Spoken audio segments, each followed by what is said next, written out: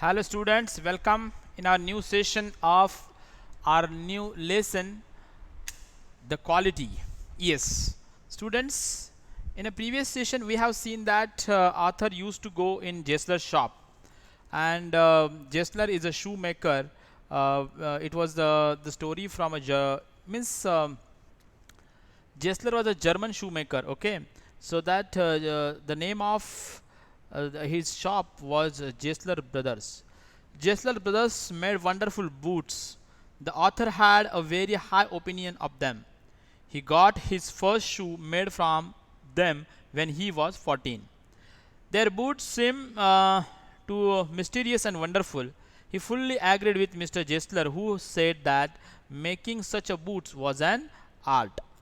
However, the author visits to Mr. Jessler were very infrequently.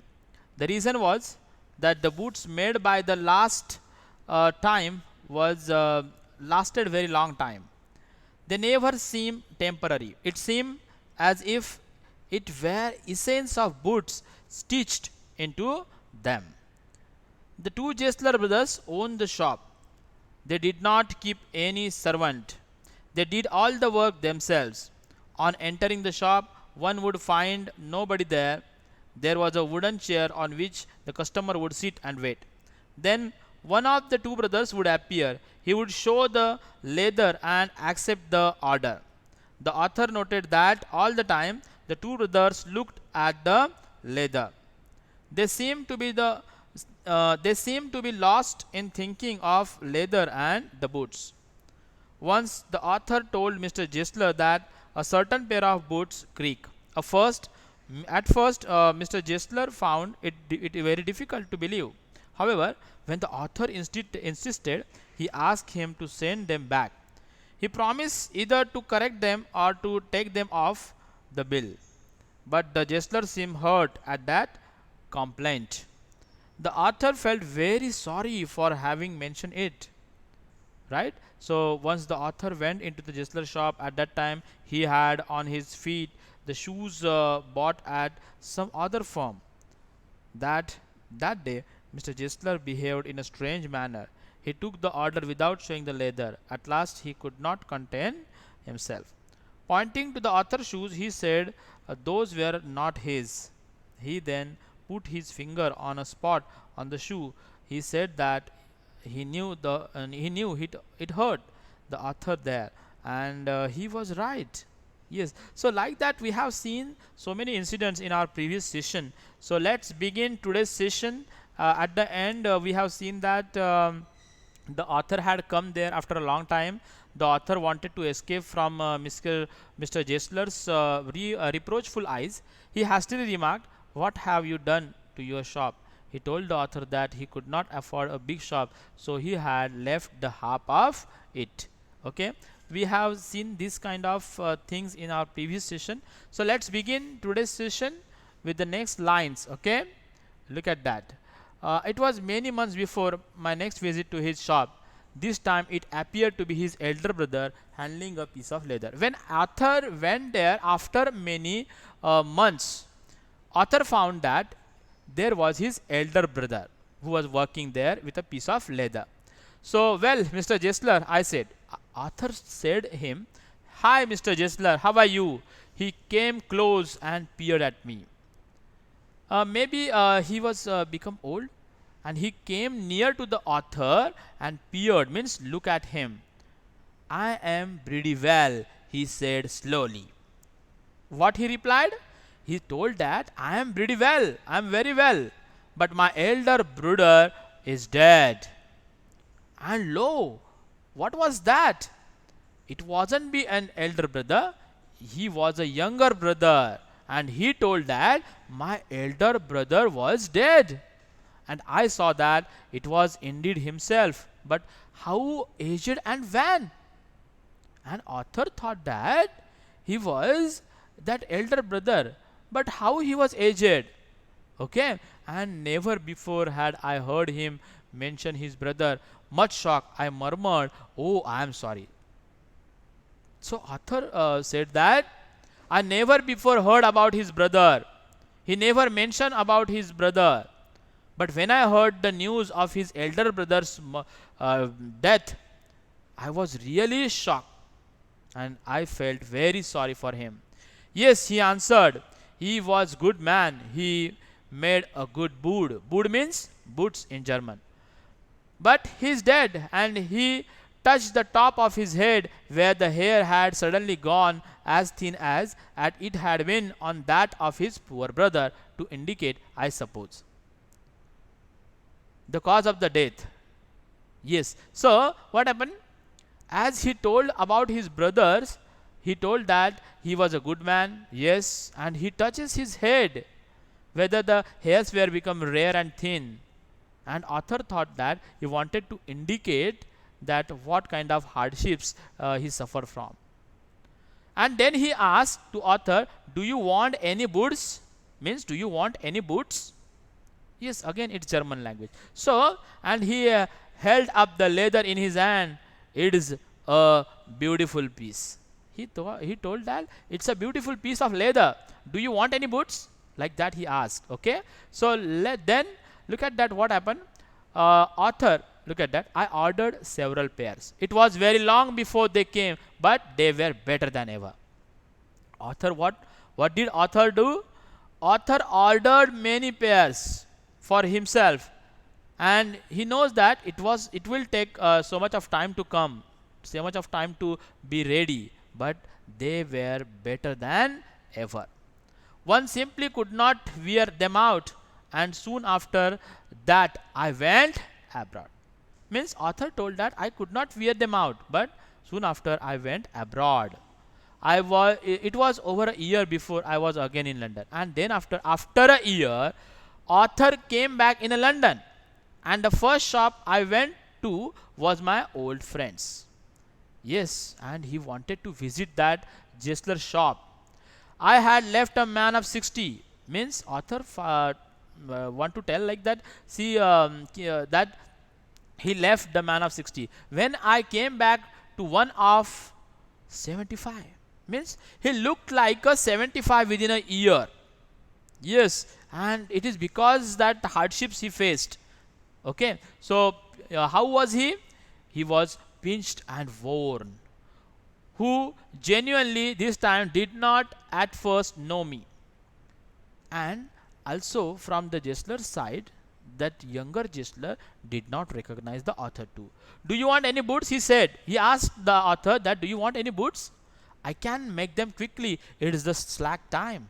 It is the slack time. Time means it is the slack time. Right? He asked author to, do you want any boots now? I can make them quickly.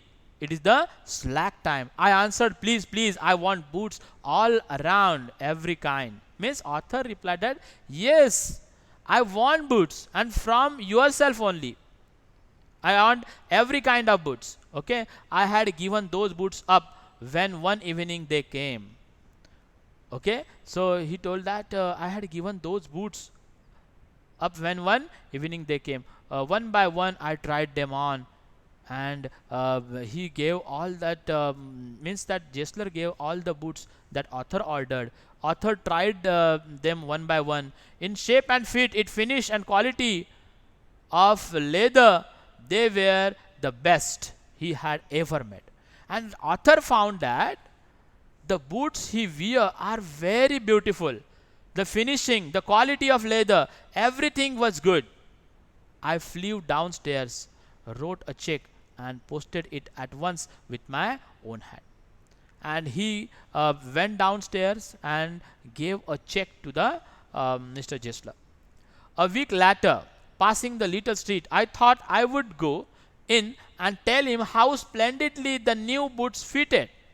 And later, what happened after a week, when author was passing through the street, he thought that he would go there and told him how splendidly that boots were. But when I came back to where his shop had been, his name was gone. And author found that Gessler's name on the shop was gone. I went in very much disturbed. Author was disturbed. In the shop there was a young man now with an English face. Mr. Gessler in? Author asked. No, sir, he said. No, but we can attend to anything with a pleasure. We have taken the shop over. And that English faced man told that, "Sir, we are here to attend you. It's our pleasure. Please come in." Like that he told to the author. "Yes, yes," author said. "But where is Mr. Gisler?" "Oh," he answered, "dead." Look at that. He answered that Mr. Gisler was dead. Dead? But I only received these boots from him last Wednesday week. Author replied that how he would be dead, because I purchased the boots in a last Wednesday week from him only. Yes. So let's see what happened next. Look at that shop. "Hey," he said, "poor old man starved himself." He told author that poor old man starved himself. He didn't have anything to eat. Slow starvation, the doctor called it. And doctor called that he was died because of slow starvation. You see, he went to work in such a way, would keep the shop on, wouldn't have a soul touch his boot except himself. Now what happened? He always, you might have been seen that he worked on and on continuously. When he got an order, it took him such a time. And whenever he got the order, he just work on it. He took his own time to make it. People won't wait. And you know that today's customer, people won't wait. He lost everybody and he lost his customer like that only, because he just believe on good material. Okay, but people want fast material, and there he had sit going on, and this is the reason because he lost his customers. I will say that for him, not a man in London made a better boot.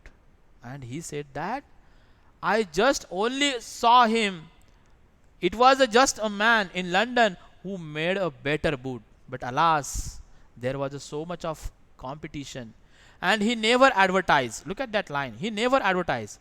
Would have the best leather too. And he also used that best leather too. And do it all himself. Well, there it is. What could you expect with this, with his ideas? And that Englishman asked author, what could you accept? What could you expect with his ideas? He has to be dead, because he didn't have that customers. He didn't use new ideas to attract the customer. He knew how to make the quality boots, but he never tried to advertise. Okay, and because of starvation, he was died. But starvation, author was surprisingly asked. That may be bit flowery, as the saying is, but I know myself he was sitting over his boots day and night. Means he was working very hard day and night. He was sitting over the boot day and night to the very last. You see, yes, at the end of his life, he's just working very hard, try to make beautiful boots. I used to look at that next line. I used to watch him. Author said, yes, I watch him. Then never gave himself time to eat, and he also never gave time to eat. Never had a penny in the house. He didn't have a penny, means so much of money in his house. All went in rent, and everything he had, he gave for the rent of the shop and leather, to purchase the leather. How he lived so long, I don't know. He regularly let his fire go out. He was a character, but he made a good boot. Yes, I said he made good boots. And at the end, he always used only the best leather. That man told to the author. So, though he made the best boots in London, he died because of starvation. But what a character he had. Yes, he made always good boots. Right, students? So this is the beautiful story of quality, that Mr. Jesler died because of starvation, but he maintained the good quality of his boots, and therefore his character remained all over in the world. Okay, students? So this is all lesson of quality. We can just discuss its question and answer in our next session. Thank you. Take care. Have a nice day.